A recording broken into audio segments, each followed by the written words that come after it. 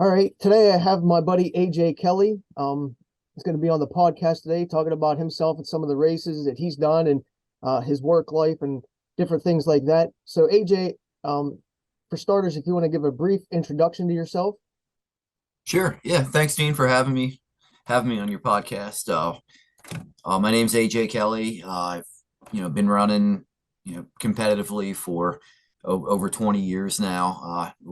Ran for IUP, graduated in 2005, and then I kind of just kept going from there. I run anything from marathon down to the mile. I'm kind of known mostly as a road runner, but I do a couple trail races a year too. Yeah, I mean, I like to race a lot, not quite as much as you Dean. I probably do about 30 races a year, which is probably about half or one third of what you do. But I try to race whenever I can. Yeah, I'm like you. I try to stay busy and active in the running community. You just said you like to dabble a little bit in trails. I most recently saw you, what has it been, like 2 weeks ago now, 2 weekends ago at the Dirty Kiln. Um, you smoked me, of course, as usual. If nobody knows, I've raced probably AJ 30 plus times now, and I've never beat him. I've seen his back, but I've never been able to catch him. But he beat me on Dirty Kiln. So, how did you like the course this year being in reverse? And you think it was more fun, harder? Yeah, it was the climbs definitely seemed a little more challenging. They seemed a little steeper, and especially the back half it was different being laid out that way.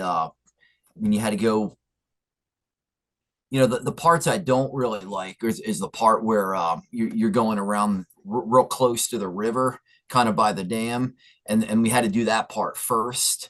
I kind of like that to be later in the race, so it can space out a little bit. So that part I didn't really like, but I mean, I did kind of like, just kind of saving the hills, kind of saving them for the end. So it's like you're kind of working your way towards them, and then once you got through those four big climbs, that was pretty much it. But yeah, Dirty Clown, that's probably my favorite trail race out of all of them. I mean, it meant a lot to get the win. I knew you were gonna bring it that day, and you were gonna be running hard. So that kind of kept me motivated the whole time, and knowing I couldn't let my foot off the gas, and I had to keep pushing up those hills. Yeah, I think we got lucky this year because I mean, you would probably agree it was probably the warmest and the driest it's ever been.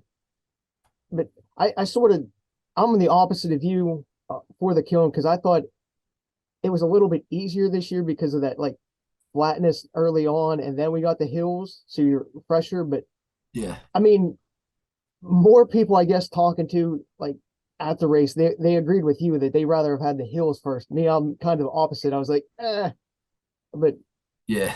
it's 50-50 either way, I guess. Yeah, you're gonna get the hills either way, and I mean, I guess it really is the same course, just laid out a little different.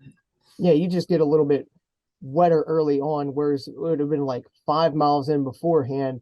It was probably within like a half mile, or 3/4 of a mile to begin the race. Yeah, But I mean, with being that the trail runners put on the Allegheny trail runners put on the race, you always expect, good flagging. Um, they always bring their A game, I guess is what I'm saying. So you always like prepare for an awesome race experience on top of a race itself. oh yeah, definitely. Yeah, any race they put on is always top notch, from the course markings to the food to the volunteers to the participant, just the number of participants they get. I mean, it's always, I'd always recommend doing any race put on by them. But then I also saw recently that you did a Chambersburg half marathon. Um, Yeah, you you crushed that one in like I'm looking at it like 1:15:55 on a hilly yeah, course. yeah. Yeah, I'm doing the Pittsburgh Marathon, so I was kind of using that one as a gauge to kind of see where I was at. I was That was really the first race I had done.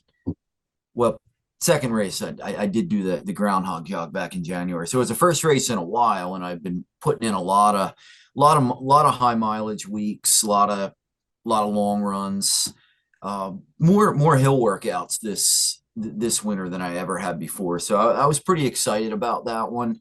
I was kind of hoping to run a little faster, but I mean, I'm thinking, maybe all the training I put in hasn't all quite come together. I haven't quite yet, but and plus it was kind of a hilly course and a windy day, and did the best I could, and I'll take it. I was happy with it.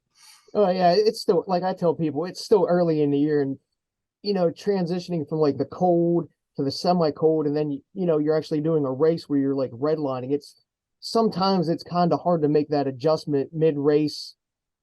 Like in March, heck, you could have had a 55-degree day. You could have had a 6 inches of snow. So it's really hard to prepare in such an early race. So I mean, in my opinion, you crushed it like with a 1:15 half. Thanks. Because I mean, let's just say that you double that for what you just said, Pittsburgh. That's a 2:30 marathon, and people, I guess would better words would say like kill for a time like that at Pittsburgh. Yeah. Is that sort of what you're shooting for, like a 2:30, 2:40, or? I'm hoping I'm going to shoot for under 2:35. Yeah, I think it's possible. I mean, if I fall a little short and run, somewhere around under anywhere under 2:40, I'll still be happy with it. But I've been training to do under 2:35, and that's the goal. So that's what I'm hoping for. Well, I definitely think you can get it, like just if that's a hilly half marathon, and then with the Dirty Kiln, and you didn't even look tired afterwards.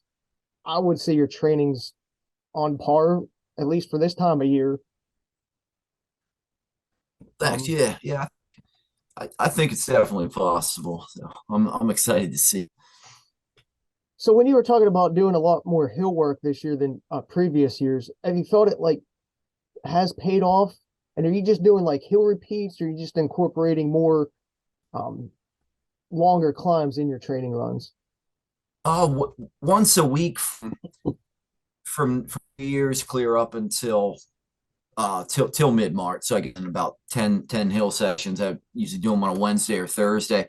I'd do, a 2 mile warm up, then usually like 6 to 8 quarter-mile hill repeats that I'd usually do about 5K pace. I didn't look at my watch. I kind of just went by feel, and then I would just jog down to the bottom. So, I mean, it was nothing crazy like the game length climbs you've been doing, but I mean, I know that's kind of more for like ultras, stuff like that. But yeah, I think they definitely made me stronger, and I feel faster. So that'll pay off.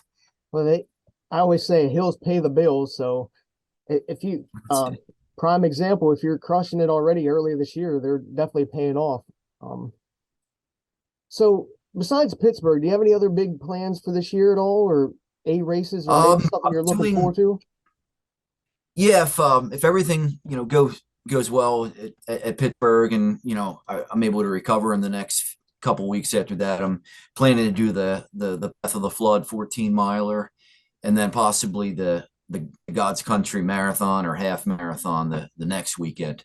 I think that's the same day as World's End. I know you're doing the 100K up there, and yeah, I'll probably jump into a lot of races over the summer. I mean, bigger ones. I'm focusing on the 15K in Altoona. It always means a lot there, and I'm already registered for the Wineglass Marathon in October 1st.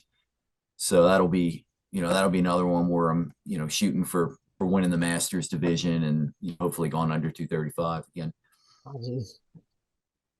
I mean, yeah, that's definitely some big goals for this year. But again, I think you're more than capable of doing it, and it's always interesting to see you, because what I want to say, to me, you're, in my opinion, like a local legend, because of how you act in general when you try to help the running community, and just how you like race in general. To me, you're a very strong runner, and you're one of those guys that I looked up to when I started running back in like 2015. I'm always trying to beat you, even though I haven't yet.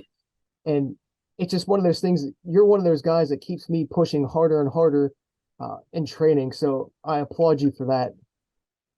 Oh, thanks. I appreciate you saying that. Uh, except I'm actually doing. I did sign up for the path already. Um, I'm actually Okay. looking forward to that because that new extension just to see how that is, and just being a local race, it's one of those things I always got to do as well. Because I know, like you always do that Altoona race series. I think it's what 9 races every year. Yeah, at the Blair Regional Y. It's set now. I think at one time it was 8 for a while. I think they did go up to 9 and they reduced it to 7. But yeah, I do that. I do that. I think I've won that one about 12. The overall series, I think I've won like 12 or 13 times now. So I want to That's keep that going as long as I can. yeah, definitely don't give that up anytime soon. Um, so what has been your biggest running accomplished to date throughout the years? my my best accomplishment. Well, your biggest accomplishment or something that you're most proud of that you've achieved during your running career. Well, I've been running so long. It's just like, yeah. I mean, yeah, I could go way back. I mean, when I ran a 2:22, that's probably my best, time out of any distance of any race. But that was a while, 25 back then. But yeah, I mean, recently, I'd say what I was most proud of was what I did last year, half in Pittsburgh. I ran a 1:15, and I got third overall in the division. With there was a lot of competition. I recognized some guys I saw as Olympic runners before. It was a fun event, and I wouldn't even expect to run that fast. It kind of all just came together on that day. And Well, I mean, I always like Pittsburgh because I think the atmosphere is tremendous. Like the people cheering you on and just being, I guess it's like a big hometown uh, race for guys like us. Maybe not like Boston or Chicago or whatever like that, but this is like a big race for our area. So it's always nice to go and yeah, do well. yeah, definitely, I agree. It is a pretty big deal around here. I would say last year the competition in that half was stacked. The marathon I felt was a little bit light, but your competition in that half was just stacked from top to bottom, men and Yeah, women. Um, so right now you work at Shoefly slash Appalachian Run Company. Um, how does that work? Are they like two different entities? Or are they like all in one, or you more on one side or the other? yeah, it's all one store. It was just multiple departments. I mean, over on the shoe fly side, we have anything from dress shoes, casual shoes, sandals, and we have a work zone in the back with safety toed, slip resistant shoes, those that type of stuff. And then the athletic side is its own name, Appalachian Running Company, even though it is all one store. And I'm the manager of Appalachian Running Company, but I still, work in all sides of the store. So I mean, wherever, whatever shoes customer wants, I'll help on any side of the store. So you guys pretty much carry all brands or certain brands or Yeah. I mean, I'd say our biggest are probably Hoka, Brooks, New Balance, On Running's getting really big. Saucony. Yeah, we've got a few even like Nike and Adidas, Under Armour, Reebok, Ultra. It's I always like to ask people that work at shoe stores, how do you guys determine the right shoes for a person at your store?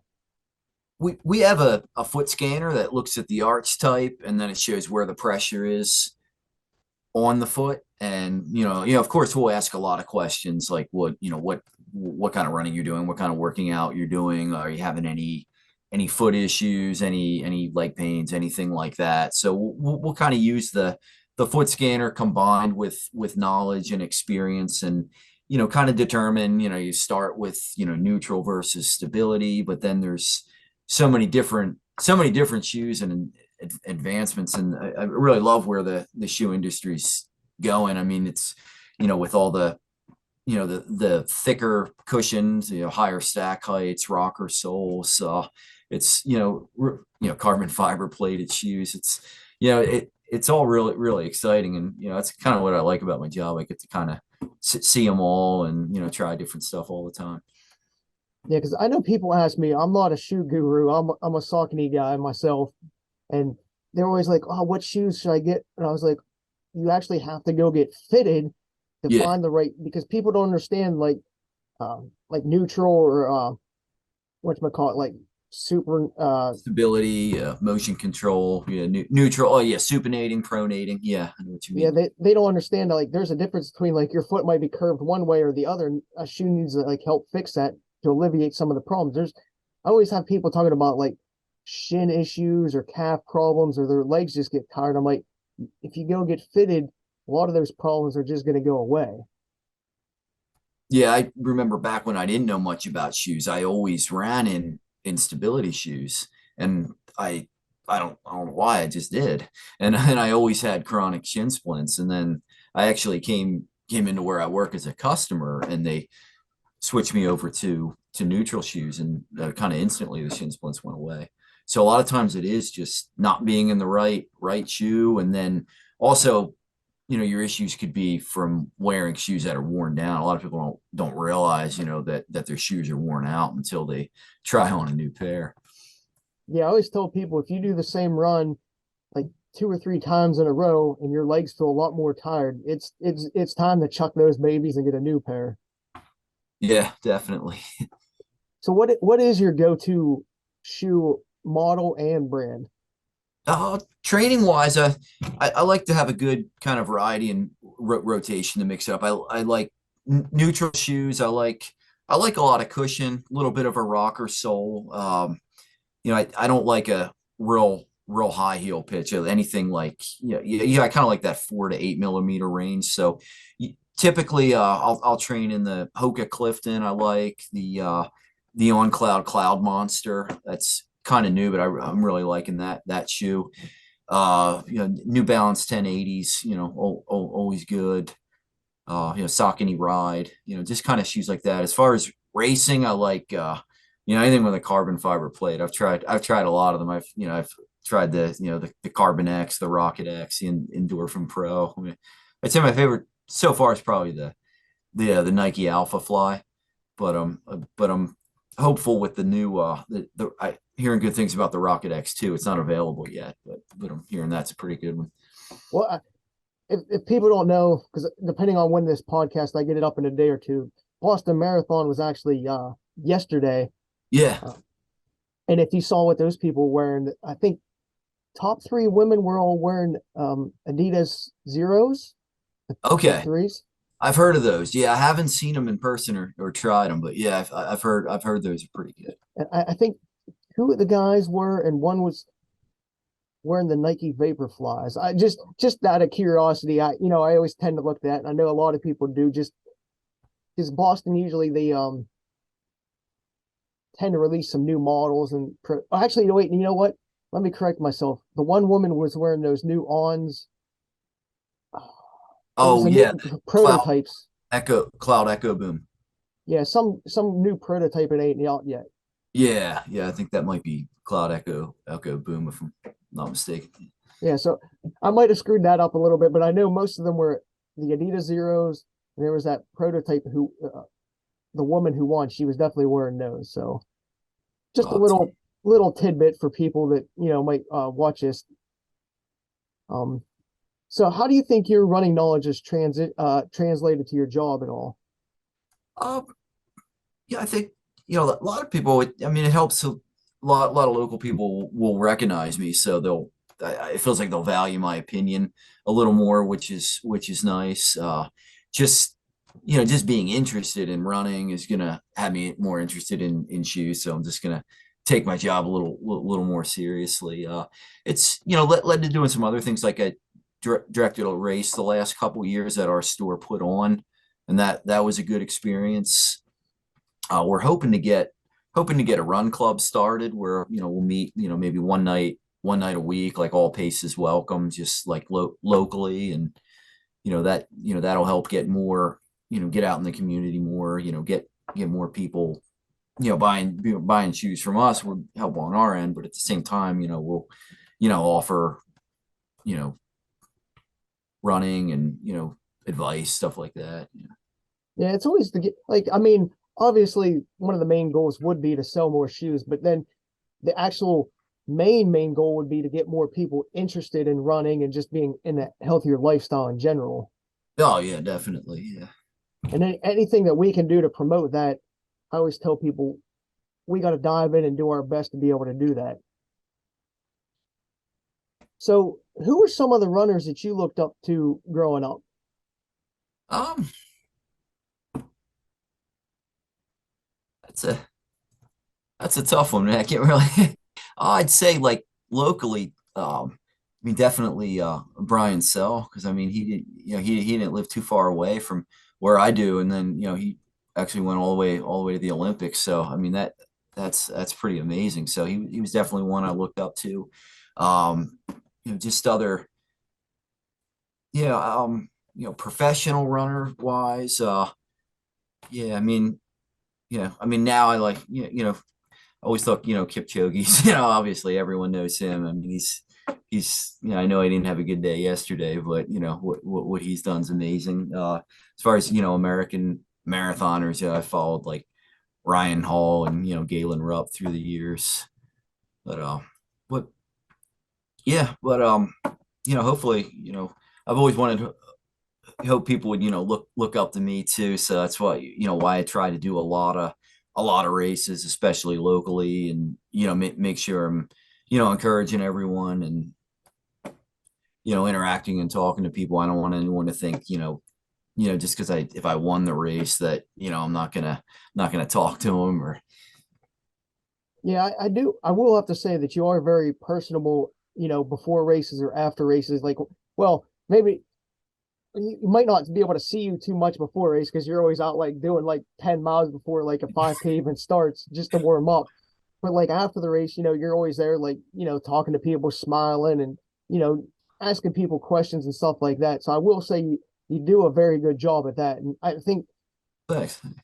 a lot of times, I feel like that's my responsibility as well, getting out and talking with people. Cause like you said, you win a lot of races and, you know, sometimes when you go out of the area, like the winners, they just sort of like disperse or, aren't very personable. But I feel like you and I try to do that a lot as well. Like be personable, talk with people, take pictures, take videos, just, seeing what's going on and getting different perspectives from, different people that are, finishing the race, after like we finish or even if we have a bad day, talking to the people who were ahead of us as well. Yeah, yeah, yeah, yeah, definitely. I mean, that's what it's all about. Everyone's there to have a good time, but better themselves, reach their goals at all levels.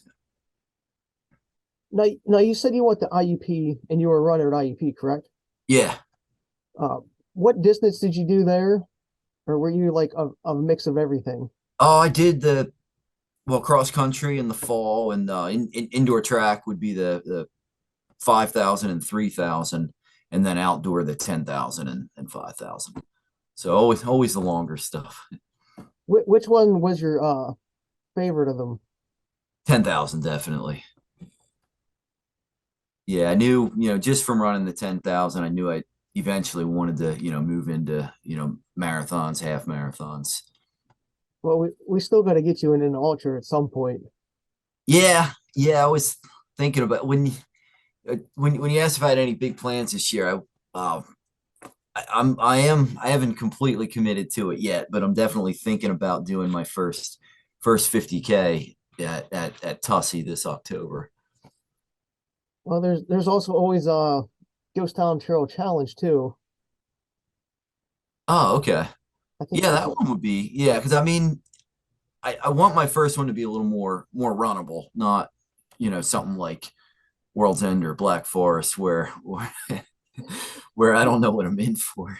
Yeah, until you get that nutrition down, it's kind of hard to like jump into like a hard ultra because you just don't know how your body reacts. But I think the Ghost Town Trail Challenge, I think it's June 18th, I think is what it is. I think that would Okay. you could probably dominate that one. I Okay, think I'll look into that one. We might be on vacation that week, but okay. let's see here. So you were talking about, being a runner for, we'll say, like 20 plus years. What did get you into running or start you into the running sports? I didn't start the traditional way, like, cross country in, like, junior high and, in high school.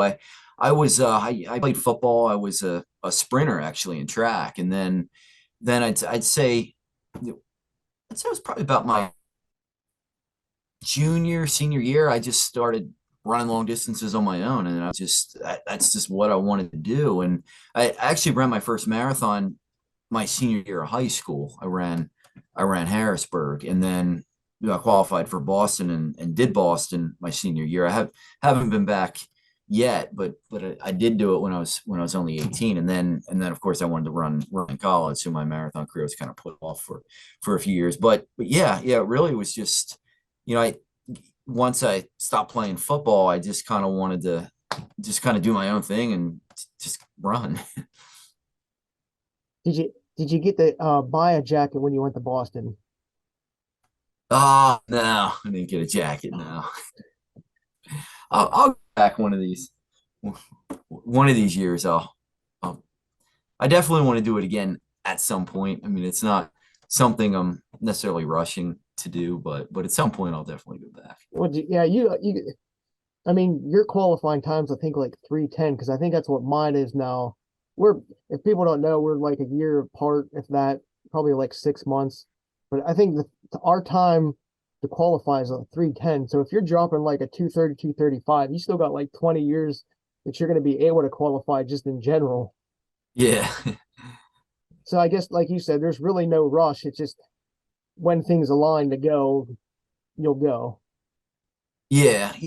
I mean, right now I try to pick marathons that, well, especially since just turning masters, and I try to pick bigger ones that I would still have a shot at possibly winning the masters division in, and kind of going that route for now. What currently what is your number of wins? Uh 189. All right. You're getting close to that 200. What's yours? Uh I think it's 180. What, It's like 180, 182 range right now. So well, you're getting close. well, I also do like probably three times as many races, but we'll see. It'll be a nice little competition for us this year, but see who gets there first, maybe. Yeah. Yeah, I'm definitely excited to get to 200. What I was telling somebody a couple weeks ago, my goal is if once I hit 200, I have to sign up for a 200 miler. Oh, So I heard there's one. Isn't there one coming next year? Locally. Not local, but Pennsylvania at least. they're supposed to be. I didn't get to look into it yet. Like middle central, upper PA, I guess. Okay. Really wasn't too much information yet, but I would challenge you to do one of those too. But I'm not looking forward to it. So, Yeah, that'd be kind of tough. I don't know. It'd be a whole different experience for me. so generally, besides like you were talking about like marathons and like the master categories, like Yeah. what do you look for in a race itself before you sign up, or um anything like that? Like maybe an experience that you like want to have. If it's yes, as far as a marathon, I usually look for, something that has a good prize, like prize money, or something with a little more incentive, just because you can only do so many a year, and they take so long to train for, and it's so much effort. It's nice to get that little extra incentive. I like to pick races where, I know I'm going to be competitive in. I mean, not necessarily win, but maybe have a chance at winning, or if it's a like a bigger race in Pittsburgh, have a good chance at winning the Masters division. I kind of look for in that. As far as like smaller races, if it's a race like a 5K, I like to try to keep it within hour's drive or so, fitted into my work schedule, because I can only get so much from work. But yeah, like stuff that's unique or different or interesting as well. I like to we already talked about mix a few trail race.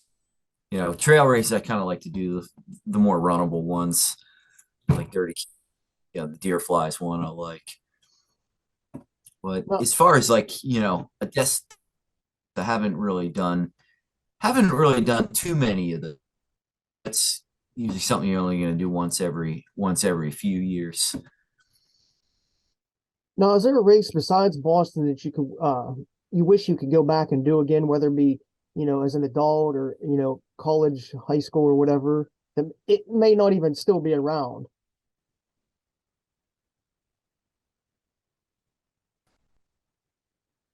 That's what you said. Oh, oh, did you hear me now? Oh, can you hear me now? Yeah, yeah. Now you're good. All right, all right. Um, what I was saying is there a race that you wish you could go back and do again that maybe isn't around besides Boston, or, whether it be, from college, high school, or just as an adult? Oh, that it isn't around again. Like isn't around now. You mean? Well, or Like, that you wish you could still do, or you'd like to do again, that, it doesn't have to necessarily have gone away, but you want to go back and yeah, do it again. yeah. Oh, I mean, Boston definitely would be up there. The Tampa Marathon. That's where I ran the 2:22. I'm not sure if they still have that one or not, but that'd be cool to go to again. I did the Miami half. That was pretty cool. I'd go back and do that, either the half or the full. I haven't done God's Country in a while. That's why I'm kind of excited to do that this year. I'm not sure why I haven't. It's not that far away, but it's usually whatever the reason, it hasn't worked out. No, I don't think I've been up there for probably about 10 years or so. Yeah, it's sort of the advertising for that one sort of went away a little bit. I don't know if it's just not as big as it used to be, or maybe they're just selling out so fast they don't need to. So Yeah. I'll have to look into that one. Now that you bring it up, it just rings a bell that I really haven't heard too much about that one for a while. Oh, yeah. I think it might be the same day as World's End. So I knew you already registered for that one. But yeah, it's a pretty cool for. I think it used to be ranked like in the top five hardest road marathon in the country. It has this one 3 mile hill from mile 15 to 18. Well, that's always hard for people because you always get those people that just train on like like flat rail trails, and then they hit like a hill and they're like, oh no, what do I do? Yeah. You sort of seen that with like Boston this week. People always talking about like it being a hilly course, but having run like Pittsburgh and other local ones in the area, you're like, what hills? Yeah, yeah. So do you have any race day superstitions or rituals that you would share, or just little quirky things that you like to do to like prep race morning? Oh, I definitely drink a big cup of coffee and a banana. That's usually my go-to before every run. Just coffee and a banana, and just milk in the coffee. I don't want anything to upset the stomach, like heavy cream or anything like that. Yeah, I usually do that maybe 2 hours before. If it's a 5K, I like to run the full course to know what I'm going to do, and 3 miles feels like a good warm up if you're only racing 3 miles. Nothing real superstitious. I mean, right after the warm up, when I've got I'll usually warm up an hour to 45 minutes before the race. So then by the time I finish that, you have about 25 minutes to half an hour. That's when I'll either take a goo or a gel, or drink a Gatorade or something like that. But I mean, nothing real superstitious or anything like that. But I definitely have kind of my rituals that I'm used to doing, just so I'm comfortable. That makes sense. I mean, I would say that's what most people do. They have their set routine or what works for them. Obviously, it works for you. And I do know, like, during a 5K, when I see you there, like, you're definitely running at least one lap beforehand of the whole course. And everybody's just like, what's he doing? Is he gonna get tired? I'm like, no. I was like, he's still gonna win. Uh, Is there any running tips that you want to share with people, or that maybe people might not think about normally?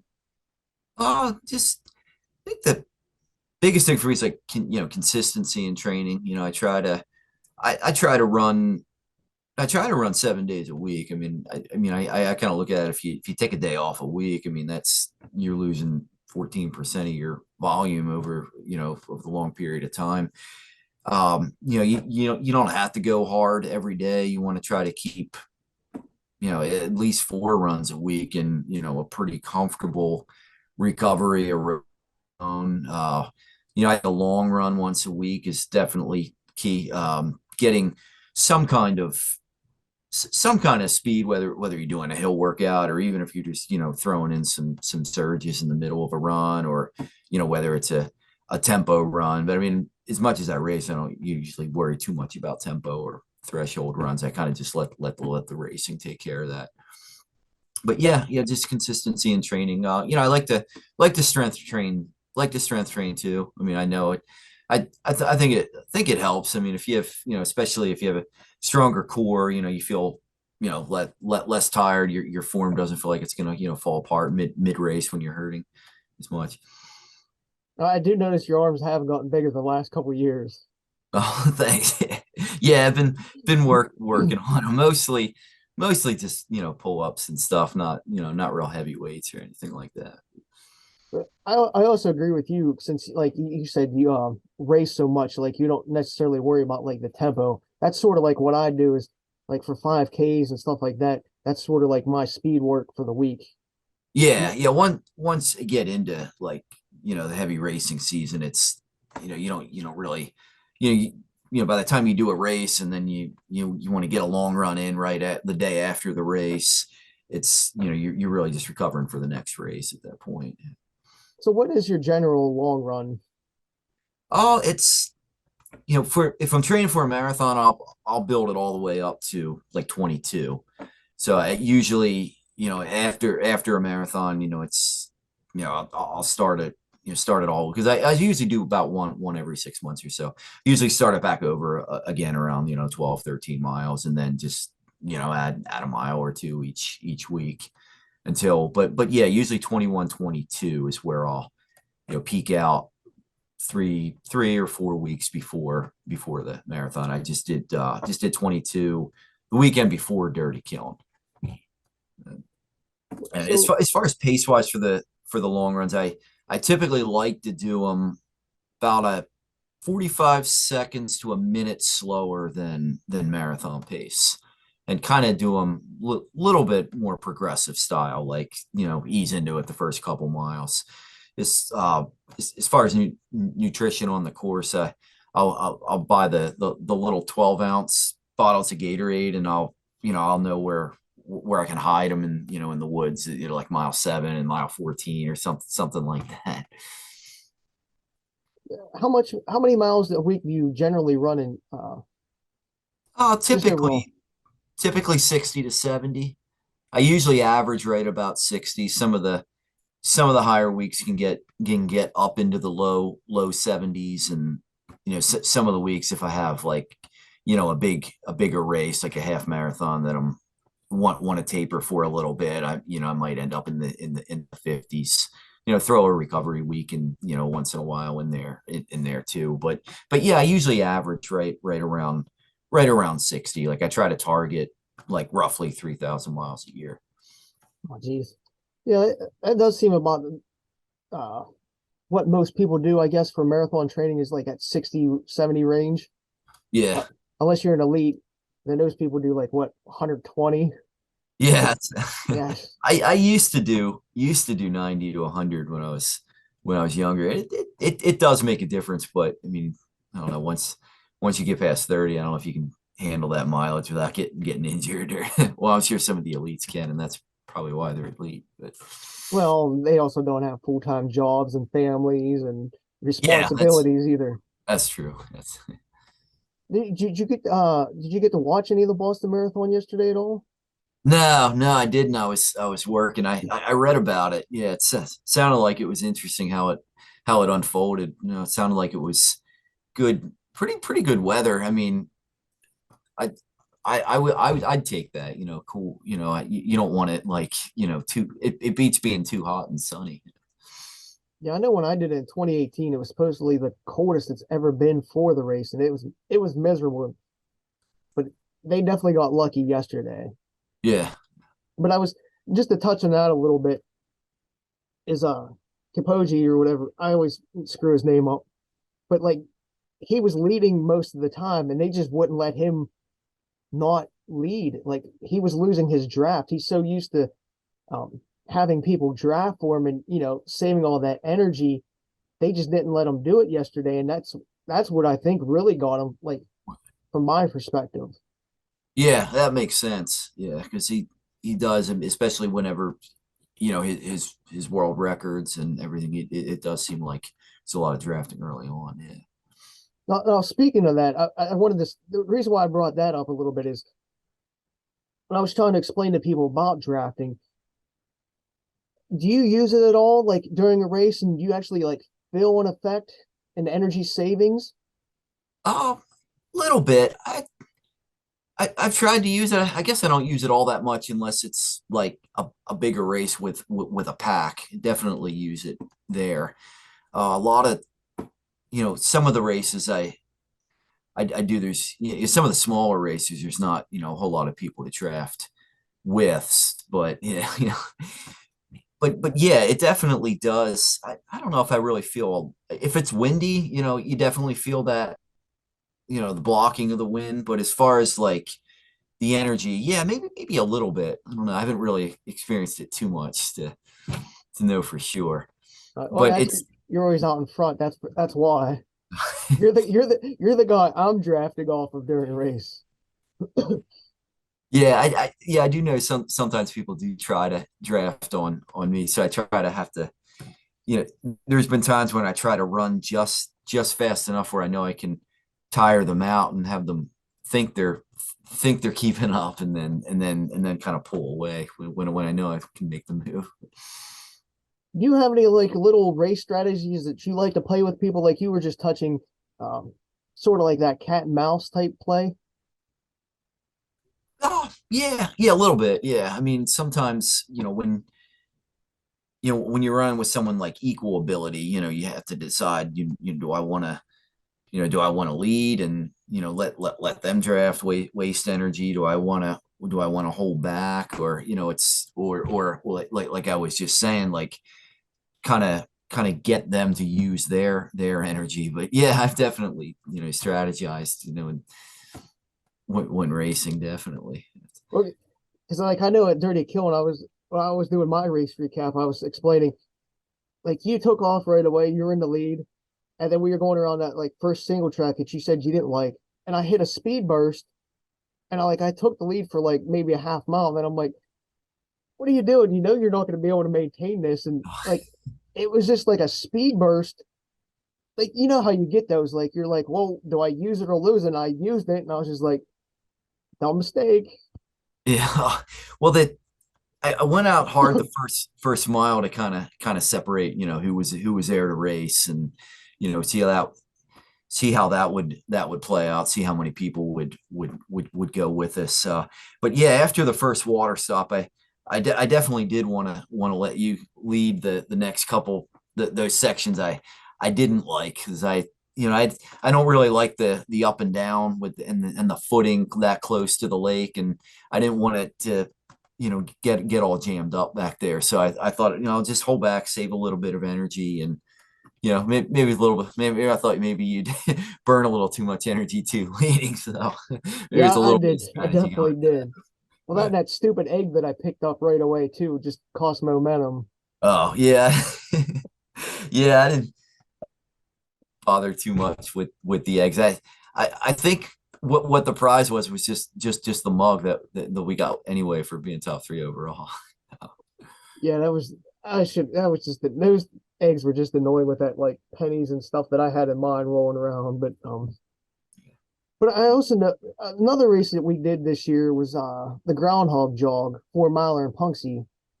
That's always a good race. And again, you could probably attest to this. The weather's so unpredictable during that race, and Yeah, actually a really hilly course. yeah, the weather was great this year, and the weather was just absolutely awful the year before. But yeah, that's a fun course to run. It's difficult. I mean, that hill, you're just I mean, it's going to hurt for anyone at at any level, no matter how good a shape you are.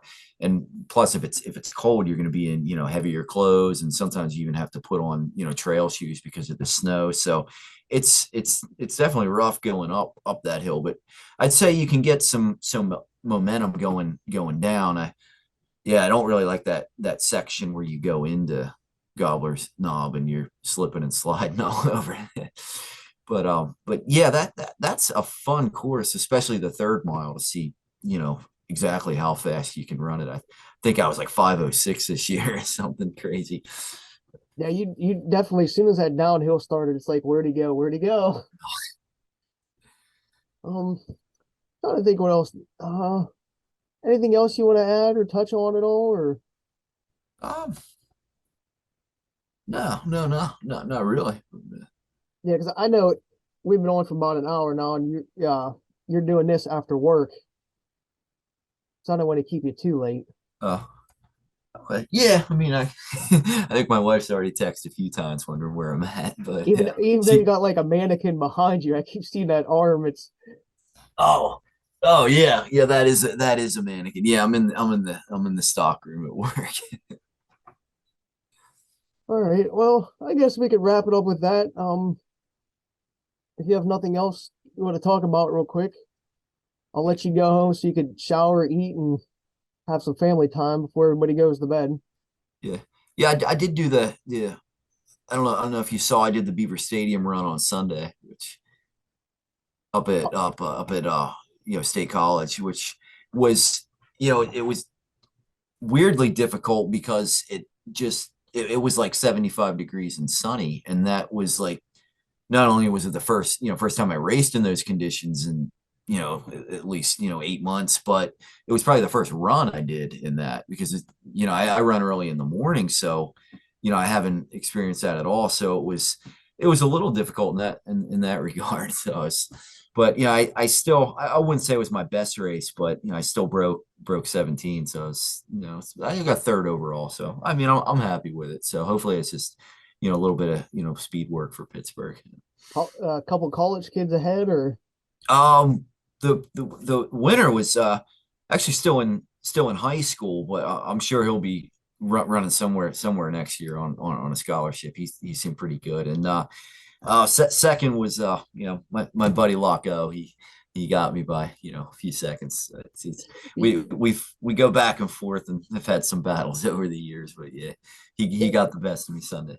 yeah, it's always fun to see you two battling it out because you never know which one. Like you just said, you guys have battles. Like who has their A game today? It's like it's going to come down to you two. It's just like, all right, which one today has that little bit of an edge? Yeah.